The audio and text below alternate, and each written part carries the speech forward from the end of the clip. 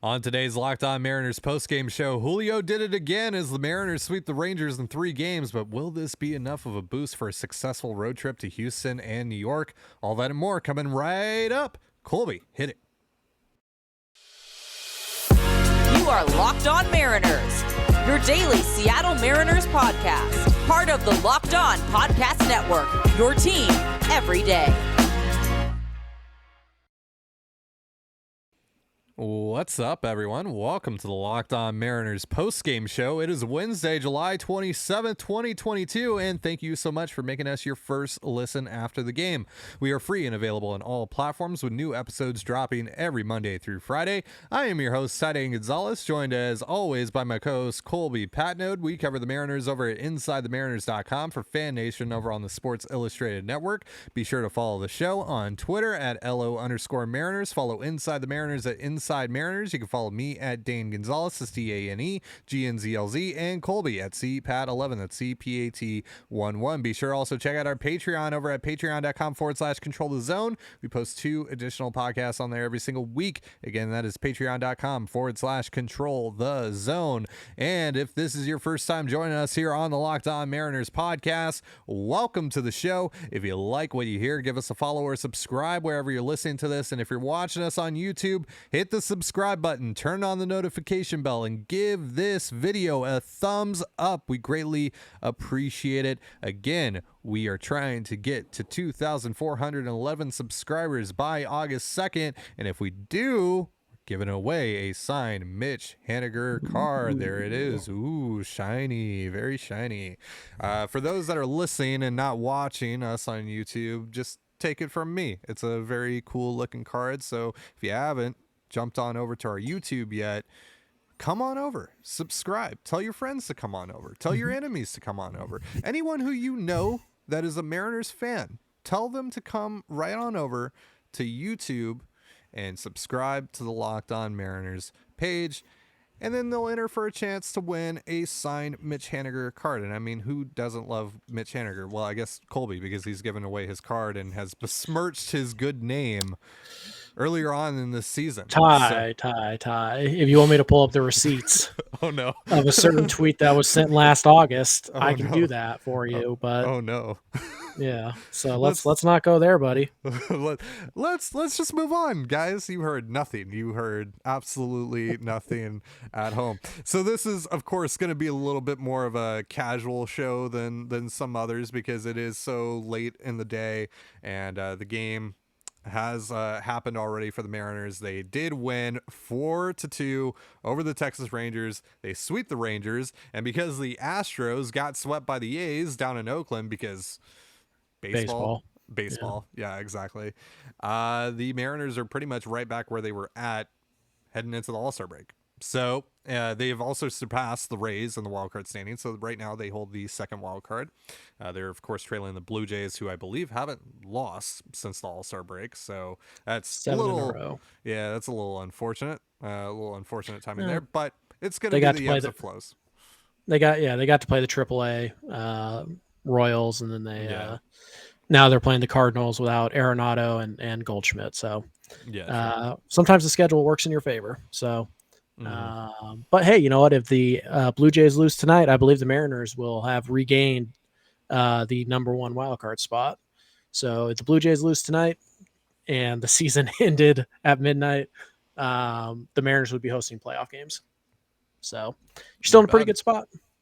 Not bad indeed. So we're going to be talking about today's game. We're going to be talking about last night's game. Going to look at George Kirby's start. He was really, really good last night in his 5 innings of work. And we're also going to look at some under the radar trade targets, including a catcher out in Detroit who Colby really likes. And now that the Tigers have basically said everyone's available, I mean, shoot, let's look through that whole roster and see if there's anyone we like. Obviously, they're not selling Riley Green, though, but I would like Riley Green. Riley Green is pretty cool.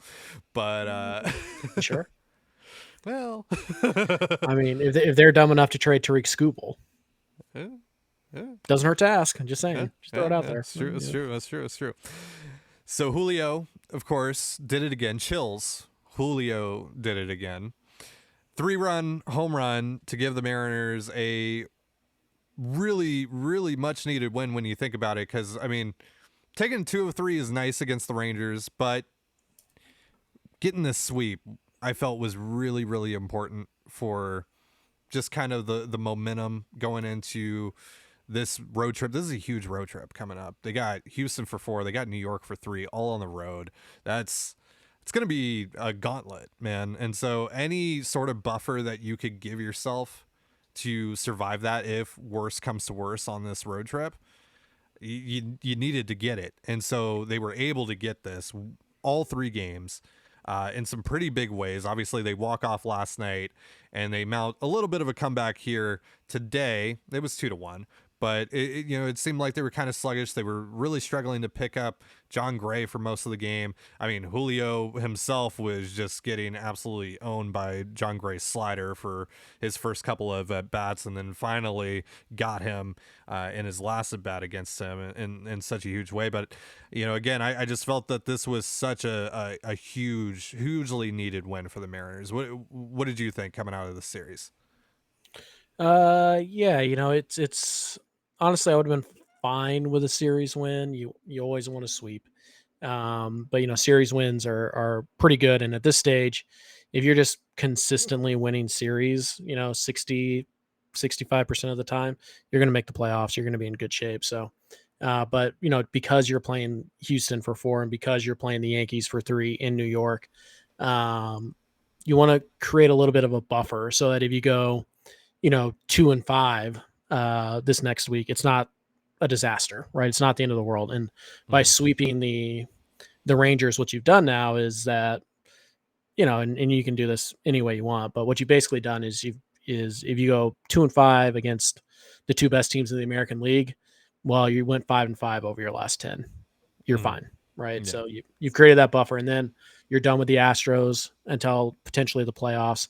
The Yankees got to come back here, and they'll do that after I believe it's a 3-game series against the Angels. Might be a 4-game series in 3 days against the Angels, and the Yankees will come into town, and then you're done with the Yankees. It's one of the weird series to make up for the lockout games. Yeah, genius. Let's play 9 innings on those doubleheaders too while we're at it. Anyways, insane. The Mariners, by the way, just real quick, don't want to get off on a whole thing here, but the Mariners likely won't face Mike Trout in that series. He's been diagnosed with a rare back disorder or something, so that's something to keep an eye on. Hopefully, as much crap as we talk about with Mike Trout and the Angels and everything, hoping that Mike Trout is okay and that everything is good on that front. Yeah, he's fine. So I don't know, man. It was kind of weird because Gray was dominant today. He was very good. The slider was filthy. The fastball was 98, and he was dotting it on the corners, and even mixed in a really good changeup that was about 91 miles an hour a few times, mostly to the lefties. So he was tough, and they just had to grind it out, and give credit to Marco for keeping the game right where it was, giving up 2 runs over 7, giving the Mariners bats a chance, waiting for the kind of crack in the armor that was John Gray. And they pushed Gray's pitch count up to 100. And then shortly thereafter, he makes the mistake. And the Mariners, and in this case, Julio, did not miss the mistake. And as a result, they win. So you got to give credit to Marco because it's a good bounce back win. The bullpen was short today as well. So Marco giving them 7 and doing what he couldn't do last time against Houston, giving his offense a chance to mount a real comeback attempt. And the Mariners were able to pull it off. Another big game for Sam Haggerty. He collected a couple of hits, including the Mariners' first run on an RBI hustle double that he just kind of chipped into left field, and then had a nice little double down the right field line to set up second and third there. There was a review to see if he came off the bag. It was one of those silly, did he come off the bag for split second type of plays, which those to me, I don't think that should even count, honestly, if a guy pops off the bag for a split second. Anyway, he was called safe, and the review kept it as such. And then Julio, of course, came through with the big 3-run home run there. If I was a Rangers fan, though, I would hate Sam Haggerty. Yeah. All this guy has done has just destroyed my team, and he's just this dude. Like if I'm a Rangers fan, I just see Sam Haggerty as just this guy, right? Like he's like Sam Fold. He's Sam Fold. Yeah, pretty much. I mean, it's we can ask Bryce, but I'm sure he doesn't have warm feelings about Sam Haggerty. Yeah. Yeah, Haggerty, he also came off the bench, what was it? Last night, and he had a big stolen base. I mean, it was the pitcher was quick to the plate, the catcher made a great throw. Haggerty just got a better jump and was faster, and that's a really impressive bag to steal. And so yeah, it just seems like every time Sam plays, he'll do something to help you win. And I wonder if we've gotten to the point where the Mariners, we know that they're going to add Mitch Haniger at some point, barring some kind of setback. We think that Taylor Trammell is relatively close to coming back as well. And we believe that the Mariners are going to acquire a bat of some kind. Probably not a big name, but maybe somebody who's, a Brandon Drury, a Joey Wendell, somebody like that. I have to wonder if at this point, when they start their roster shuffle to accommodate all these bats, if it's not Sam Haggerty who stays up and Dylan Moore and Abraham Toro are the ones that get shipped down to AAA, where I think in the past we've assumed that Moore would stay up and it would be Toro and Haggerty going down. I think Haggerty has earned his way into be the utility, basically the Dylan Moore role. I think Haggerty has earned that over Dylan Moore with his play the last few weeks. So I want to ask you about Marco Gonzales and George Kirby in just a moment, but real quick, got to remind the folks that today's episode of Locked On Mariners is brought to them by Blue Nile. Whether you're ready to pop the question or you're celebrating a milestone moment, find jewelry as unique as the person you love with the modern convenience of online shopping at BlueNile.com. Blue Nile has simple online tools that let you choose the diamond shape, size, and clarity, as well as setting style. Blue Nile's bench jewelers will then handcraft their perfect engagement ring, and each ring will be a one-of-a-kind. Looking for fine jewelry but having trouble choosing? Blue Nile has jewelry experts on hand 24/7, available via phone or chat to help you find a memorable gift at every budget. Make your moment sparkle with jewelry from BlueNile.com, and going on now is the Blue Nile Anniversary Sale. Save up to 40% on classic fine jewelry pieces and 25% on engagement ring settings. Plus, every order is insured, ships free, and arrives in discreet packaging that won't give away what's inside. Shop stress-free and find your forever piece. Go to BlueNile.com today. You're listening to Locked On Mariners. Thank you again for making us your first listen after the game.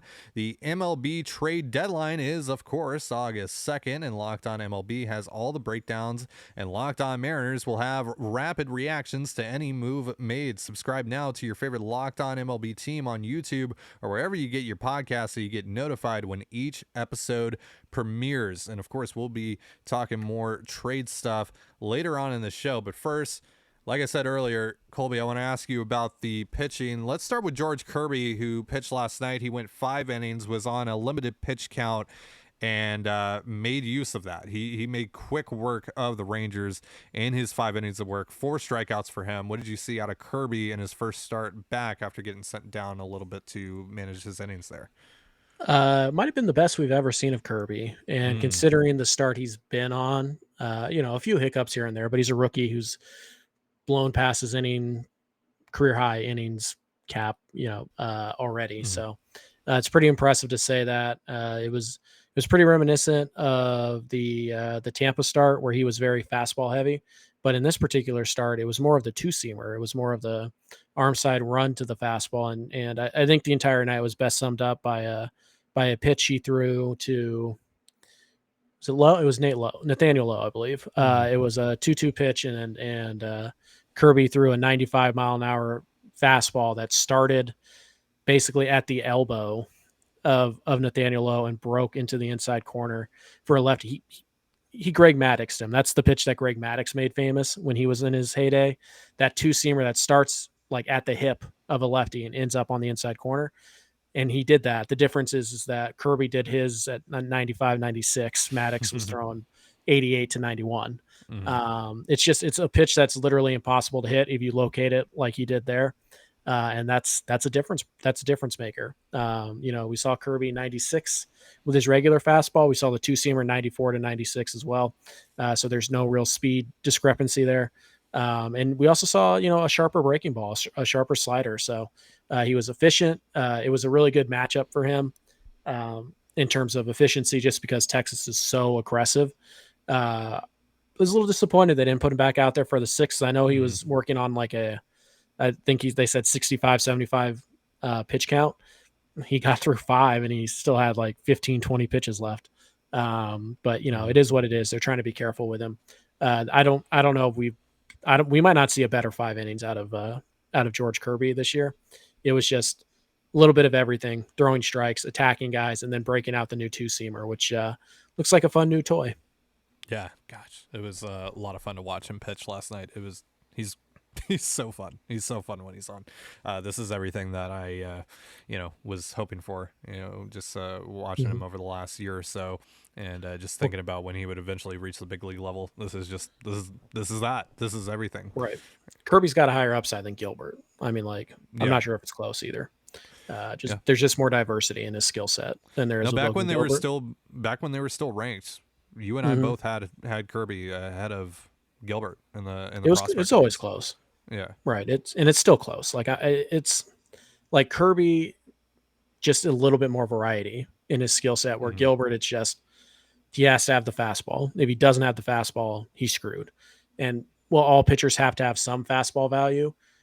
Kirby can have less of it and still succeed because he throws a ton of strikes, because he has the slider more consistently, the curveball more consistently than Gilbert ever does. So, but we're talking about like one's a number 2 and one's a high end number 3. Like who both. I mean, honestly, if Kirby and Gilbert both won a Cy Young award at some point in their career, I wouldn't be shocked. Yeah, I would also say with Kirby, there's a little bit more probability in his fastball than Gilbert's because the command. Obviously, the command is potential for a lead, right? So right, Gilbert's going to strike out more guys too. He's going to miss more bats than Gilbert. But both are great. So Marco pitched today. It was a solid start for him, I would say. Especially at the beginning, he was really doing a nice job of managing contact. He only gave up a couple of hard hit balls through, I believe, the first 4 innings of work. But then I think I don't know if it was maybe the heat or just, it's late in the season, etc. He just kind of seemed to tire out. He was starting to miss really bad. And he started to get into a lot of, we saw him in some three ball counts, some 3-0 holes. And it just, he was, and then of course he gave up a couple of hits there to Heim and who drove in the first run. Culverson drove in the first run. Yeah. So what did you see out of Marco? Thought it was pretty good. It's basically what we've seen from Marco all year, where he kind of, grits and bulldogs and, outworks the other team, and he gets through 6 or 7, giving up only a couple of runs. And, naturally people, see, you don't need to replace Marco Gonzales. And it's like, well, what part of Marco's start was easy today?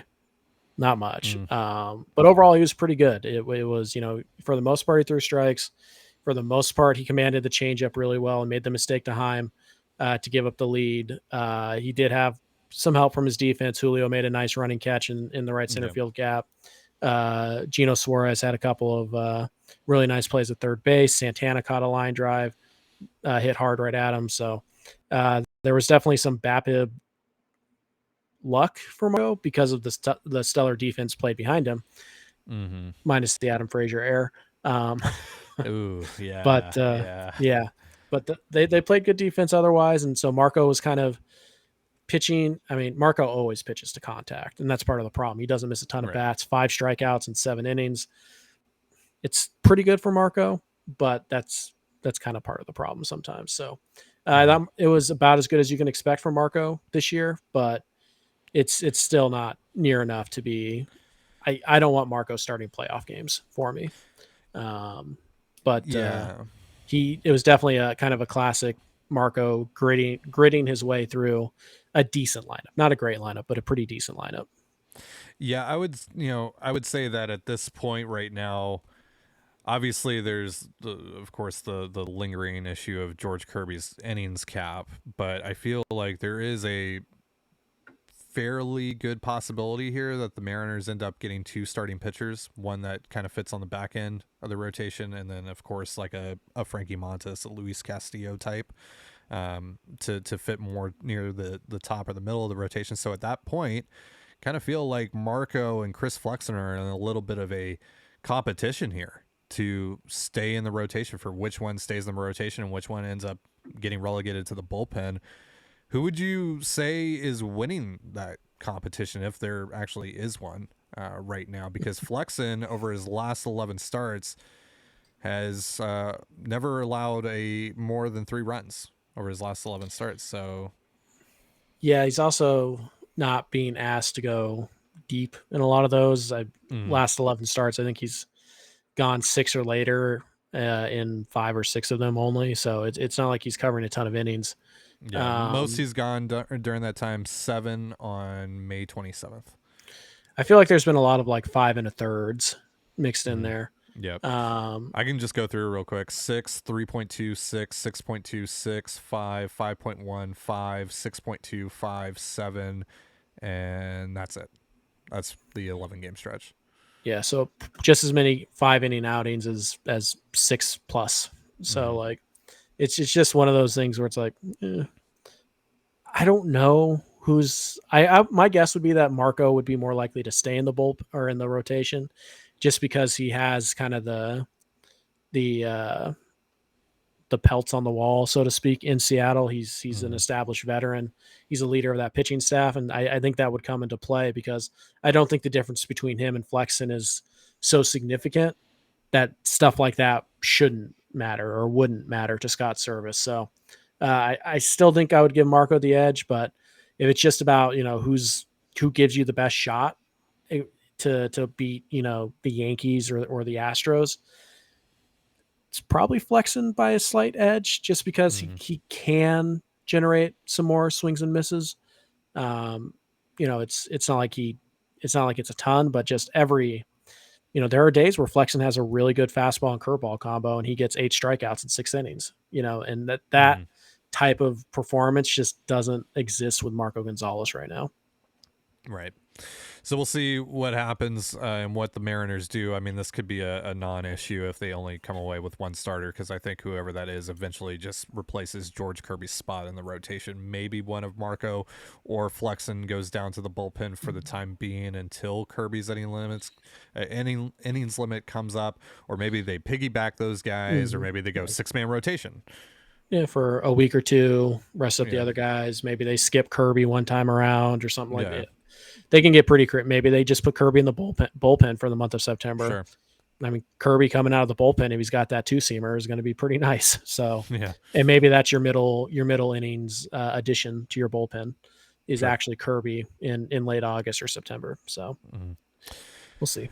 Well, speaking of additions, let's talk about some under the radar guys. Some guys, because we've gone big on this show for a while now. Over the last couple of weeks, we've talked about the Juan Sotos, we've talked about the Xander Bogaerts, we've talked about Luis Castillo and Frankie Montas to death. And I'm gonna be so glad not to talk about Frankie Montas ever again, whether or not he ends up being a Mariner over the next week or so. I really hope he gets traded, just so I don't have to say his name again.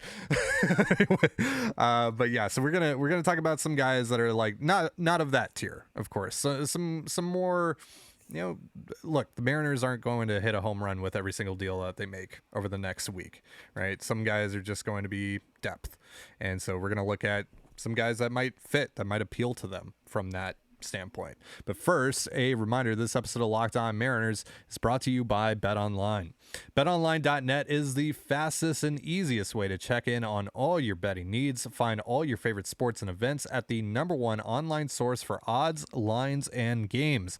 Find reviews and news of every league, including Major League Baseball, NFL, NBA, NHL, combat sports, esports, and even golf.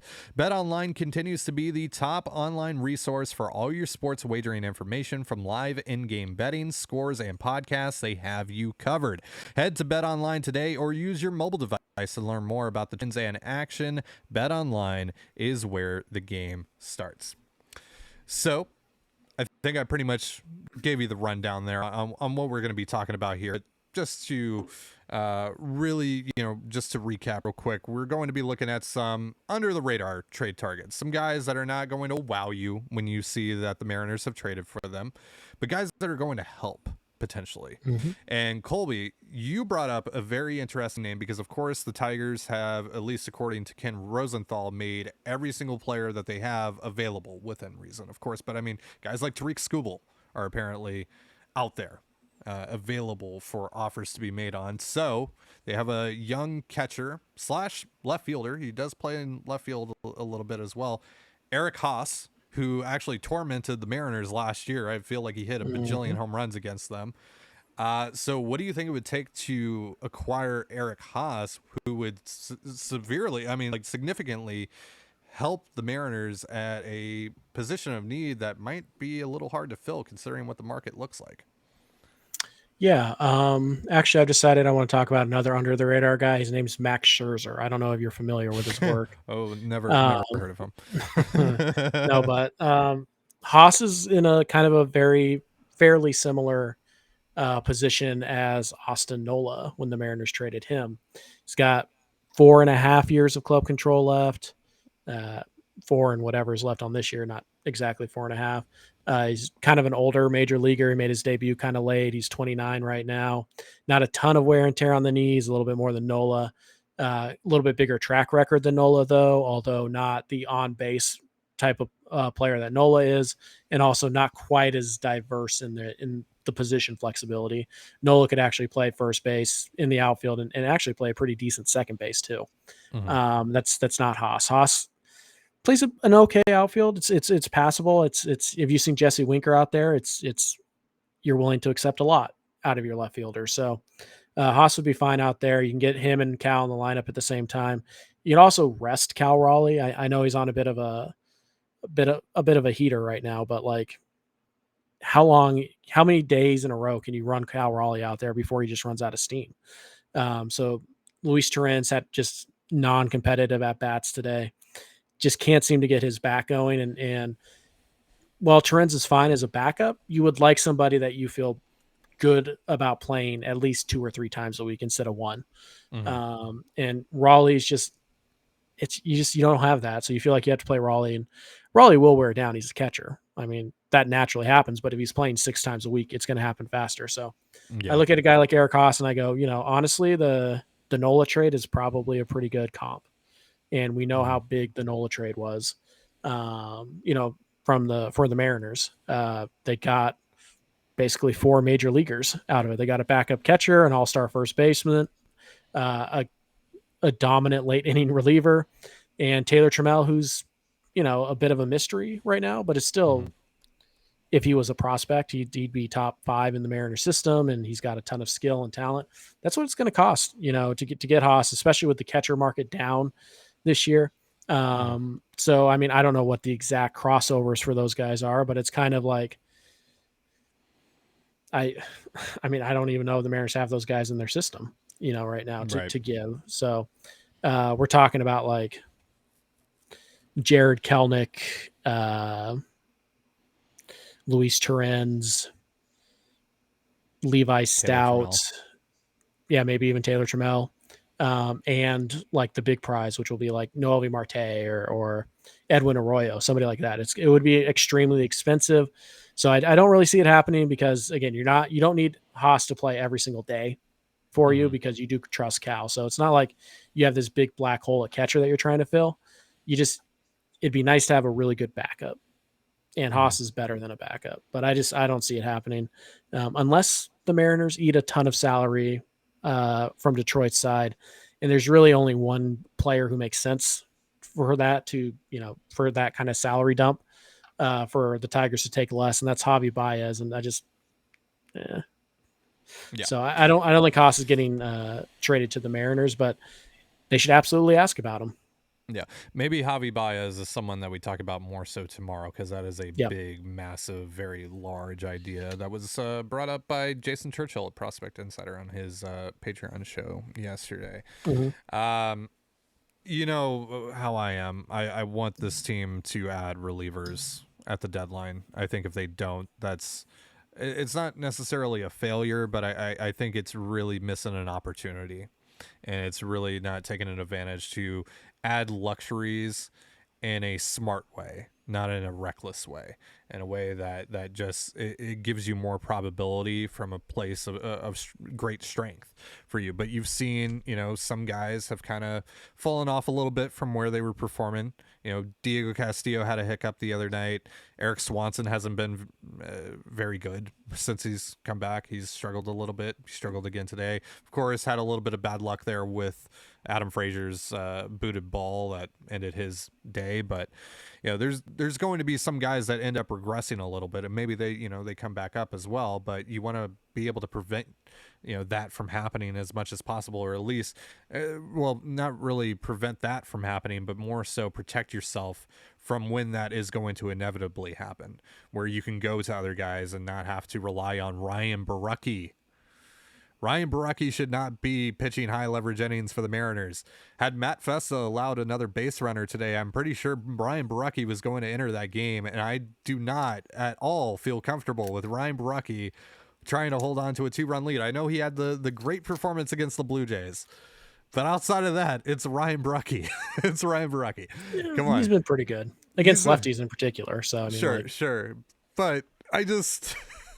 Yeah, I get there's still trust that has to be earned there. Yeah. Do you have a reliever that we haven't talked about? So, I'm pretty sure I've mentioned some of these guys, over the course of these shows, but I'll just list some names here because there's a plethora of guys that they could go after. I've mentioned Daniel Bard a lot from the Rockies, a guy that averages more than a strikeout per 9, but is also walking like 4 guys per 9. So there's a little instability there with someone like that. But Will Crow might be the most expensive guy that I have on my list because he's a former second rounder. He's under a lot of club control. He just became a reliever exclusively this year. He's been great. He's been elite at generating weak contact.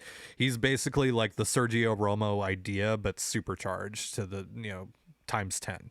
So I obviously Chris Stratton, I'm going to mention it. I'm contractually obligated to mention Chris Stratton every time that I talk about relievers for the Mariners. Of course, I've talked about one Nationals reliever, Tanner Rainey, for a long time, but unfortunately, Rainey is on the IL. It looks like his season is done. I believe it's like an elbow or a shoulder thing or something for him. That's unfortunate. But actually, I believe it's a UCL sprain, so that's really unfortunate. But they do have another reliever named Kyle Finnegan. He's striking out a lot of guys. He has given up a ton of hard contact. Like he's like first percentile, second percentile, something like that in hard contact. But he's missing a lot of bats, and that's flashy. I like that. So, and and obviously it's like 96 on the fastball. There's some tools there that I like. But I mean, there's an abundance of names, right? Going back to the Tigers, Joe Jimenez. Joe Jimenez is another, he's a guy that has struggled over the last couple of years, but now he's figured it out. He's striking out a lot of guys, and he's not walking anyone really. He's walking under 2 guys per 9, so that's incredible. Plus, you get him for a year and a half. That's like if you're able to trade for Tariq Skubal, I really, really hope that Joey Jimenez is involved in that deal. But again, there's so many guys that you could go you could talk about here. The Diamondbacks even have some guys. What's the lefty's name? God, I forget his name. Doesn't matter. There's no shortage of options here with relievers for the Mariners, and not all of these guys are going to cost you really anything. Yeah. Anything that is going to scare you away from Matty. I mean, some of them. Jimenez, some of them, maybe. Yeah, Jimenez, Will Crow for sure, like those guys. Yeah. But like, not like top once you 4 or 5 guys. But also once you go further down the list, and we're talking about like someone like Daniel Bard again, someone that's only under club control for the next couple months and is a bit older, like that's not going to cost you really anything. So why not do it? Why not do it? You're in a great position right now. You have a great bullpen as is, but just further bolster that. Make it even better. Add even more probability to an already great unit. Is there anyone else you want to talk about? We're running out of time here. I just want to throw out a name that, a couple names. One of whom I feel like is going to be a Mariner by deadline day, and I don't know if I mentioned him before on the show. Okay. I don't know why, but I I just have a gut feel that Whit Merrifield is going to find his way to the Seattle Mariners. Play second base. He's kind of a good fit with Adam Frazier. You can also play center field. That's something the Mariners don't have right now. He's a guy you can move around. He's more or less, you're kind of replacing Adam Frazier with him, but in reality, you're replacing Dylan Moore, like that type of role. You can steal base, which the Mariners desperately need. They need athletes who can run the bases a little bit here. So I just feel like that. And the Mariners like to circle around on guys they've talked about in the past. So I feel like he's a pretty good option. It sounds like the Royals will finally be reasonable and try and trade him. Yeah. No more asking for Kalnick or Julio. Jonathan Scope not having a good year offensively, but it's really weird. Nobody on that Tigers team is hitting right now. Like the entire team cannot hit. Yeah, like, Scope, so last time I checked, and keep in mind this was like 2 weeks ago, but Scope, last time I checked, had a 60 WRC plus, but he was leading the Tigers in F4. I think he's up to like 80-ish right now, so he's playing a little bit better. I think he had like 21 defensive runs saved or something like insane like that. Wow. And that's why his F4 is that high. Yeah, he's actually a pretty good second baseman. I think he's been playing a lot of first this year. Could be wrong. I think Miggy's primarily been the DH, but he's actually a pretty good defender. He's definitely got some power. So Jonathan Scope is a guy who could make some sense, especially if you're going to try and go kind of cheap at second base. And you kind of try and, because Frazier's starting to do some things, including make errors, but whatever. So if you want to like, we don't talk about that. Nah, okay. But if you want to like platoon Frazier, and Frazier's got some defensive versatility, so you want another guy.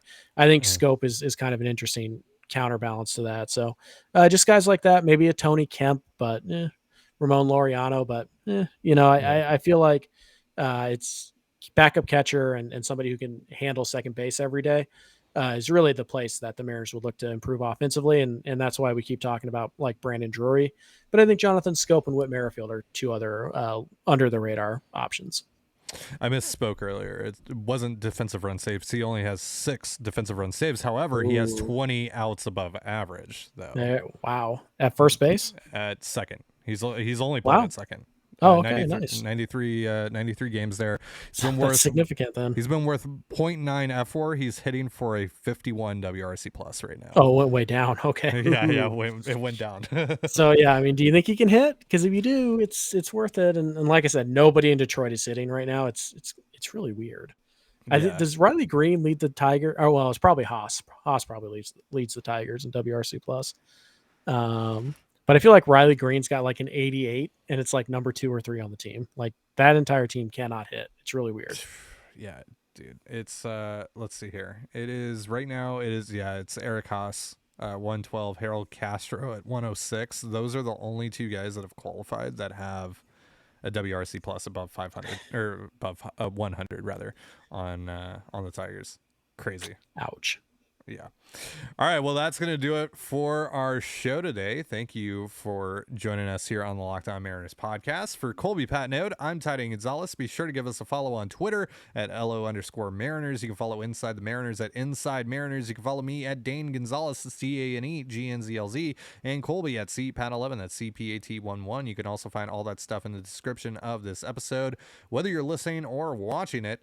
Thank you again for making us your first listen after the game. Now make your second listen, the Locked On MLB podcast. MLB expert Paul Francis Sullivan brings humor, passion, and unique perspective on every team and the biggest stories around the league. Follow the #1 daily league-wide podcast, Locked On MLB, on the Odyssey app, YouTube, and wherever you get your podcasts, just like us. And with that, have yourself a beautiful baseball day, and we'll see you tomorrow. Go M's. Peace.